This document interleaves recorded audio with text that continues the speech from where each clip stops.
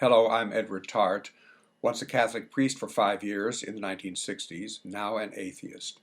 This is a follow-up to a recent video of mine, The Catholic Church's Grip on Me in the 6 seminary years when I was studying to be a priest.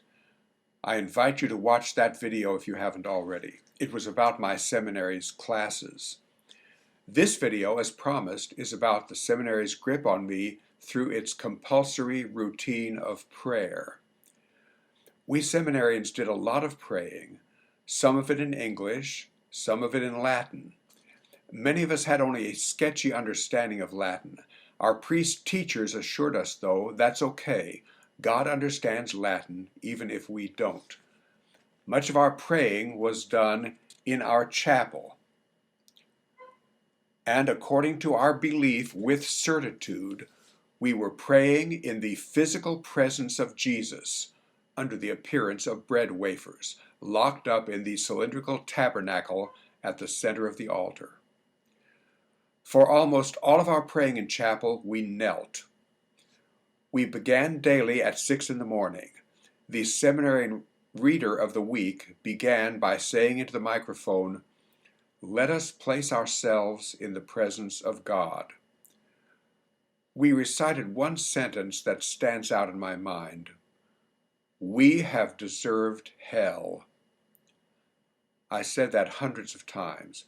I never really believed that I had ever deserved hell, but I said it without resistance because it was part of the package.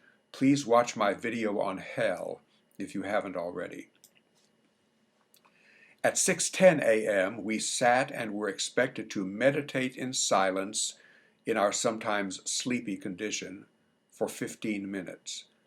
Then our priest worship leader said Mass, which I will say more about in a forthcoming worship video. After Mass, we said more prayers.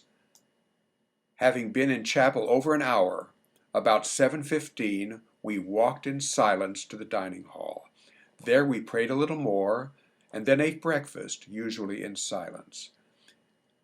Every one of our classes, morning and afternoon, began and ended with a prayer which we recited on our knees in Latin.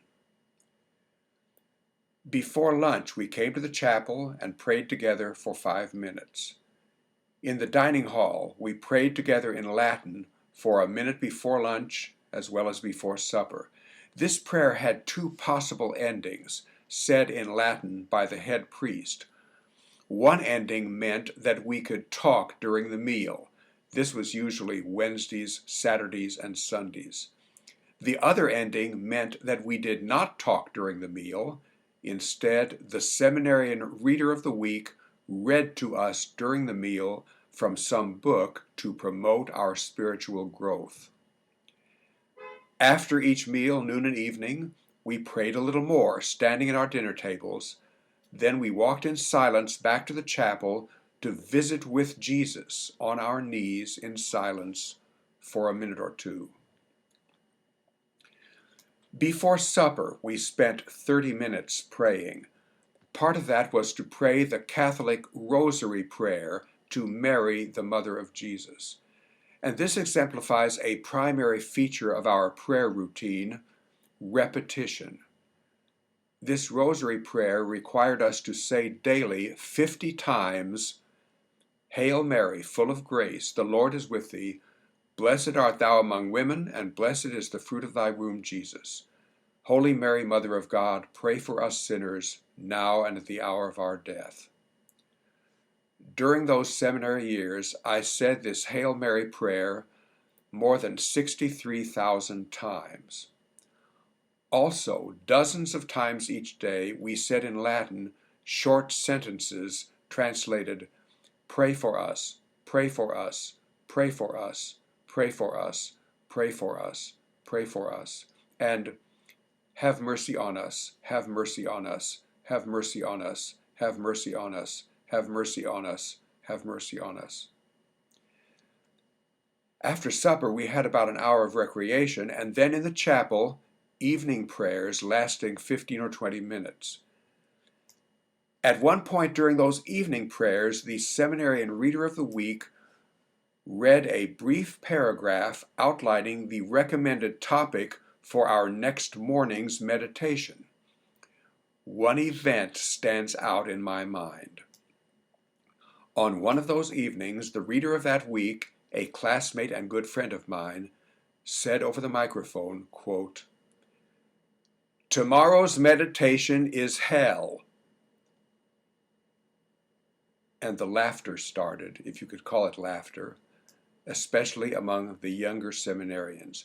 I managed to keep my composure in that sacred place, but several of the others lost their cool, got up and left, and once outside burst out laughing. This was an unheard of event. I don't know whether my friend the reader, who often had a twinkle in his eye, planned this.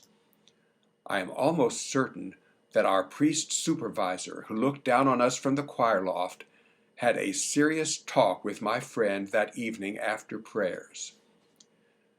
The next morning, my friend reread that paragraph about the morning's meditation, but he reworded the opening sentence.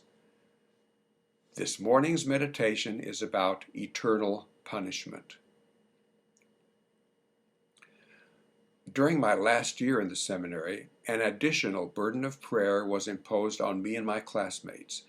I had to recite the official priestly prayer of the church, mostly Psalms from the Bible, lasting about 75 minutes a day, with the threat, do it every day or you'll go to hell. Never in our seminary prayer routine did we take Jesus up on his repeated promise in the Gospels that our God would fulfill as requested any serious, sincere, faithful prayer request that we would utter. That issue never came up in our prayer routine.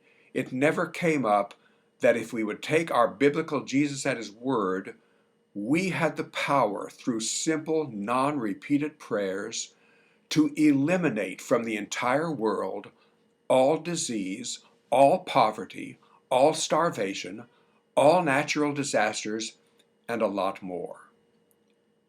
If you haven't already, please watch my video on that topic. By the way, my friend, that mischievous reader, a few years after ordination to the priesthood, did as I did. He left the priesthood, as did many of my fellow seminarians. In partnership with two other ex-priest friends of mine, he became a very successful professional counselor. He also became a devoted husband and father, no longer Father Scardino, but a real father. Nowadays, almost 50 years after I last saw him, I am in touch with him by email. We were taught by our priest teachers that if any of us ever left the Catholic Church, we would go to hell, and that my commitment to be a priest was a permanent commitment, a solemn promise to God that I would remain a faithful priest for the rest of my life. So, the Catholic Church teaches that I am headed for an event in which Jesus will equivalently set my body on fire, and I will writhe in agony forever. Soon I plan to make a video about the seminary's grip on me in the very special type of prayer known as worship. Meanwhile, thank you for watching this video.